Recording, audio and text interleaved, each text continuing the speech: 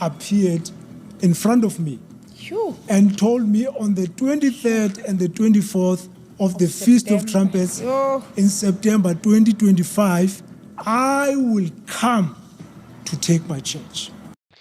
We have Deuteronomy here says, but the prophet whom presumes to speak in a word in my name, which have not commanded him to speak, or who speaks in the name of other gods, that prophet shall die.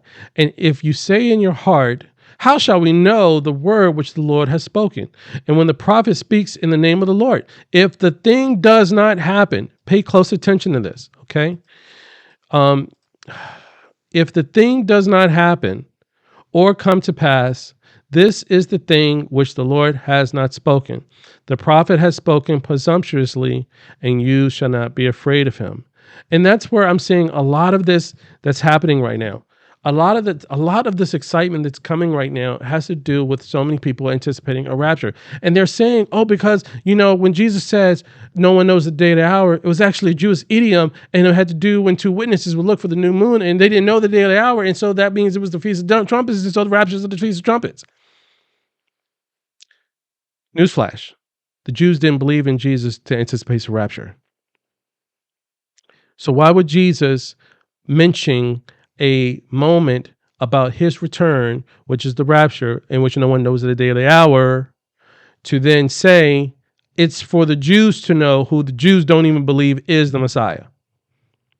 Because why would he tell Jews about his return when they're not even anticipating his return? And the only time they will anticipate his return is when they're about to be exterminated off the face of the earth, because the Antichrist will come to wipe them out. And when they're at the moment of demise and total extinction, collectively they'll say, blessed is he who comes in the name of the Lord. And then bam, he'll crack open the sky and return and rule earth. It is at their annihilation is when they finally realize, if we're all dead, then there can't be a Messiah. So Jesus must have been a Messiah. And that's what I'm trying to explain to you all to understand. To see how what God is showing us here is an example of how people or this individual is advocating a September 2025 off of a Jewish idiom, when that's not what God teaches us. It's not a Jewish idiom, because this is how this manipulation starts, by trying to find a moment in Jewish culture where you don't know the day or the hour, then point to that, reference it to when Jesus says you don't know the day or the hour, and then connect the two to then convince you, oh, it has to do with the Feast of Trumpets. That's when Jesus is going to come.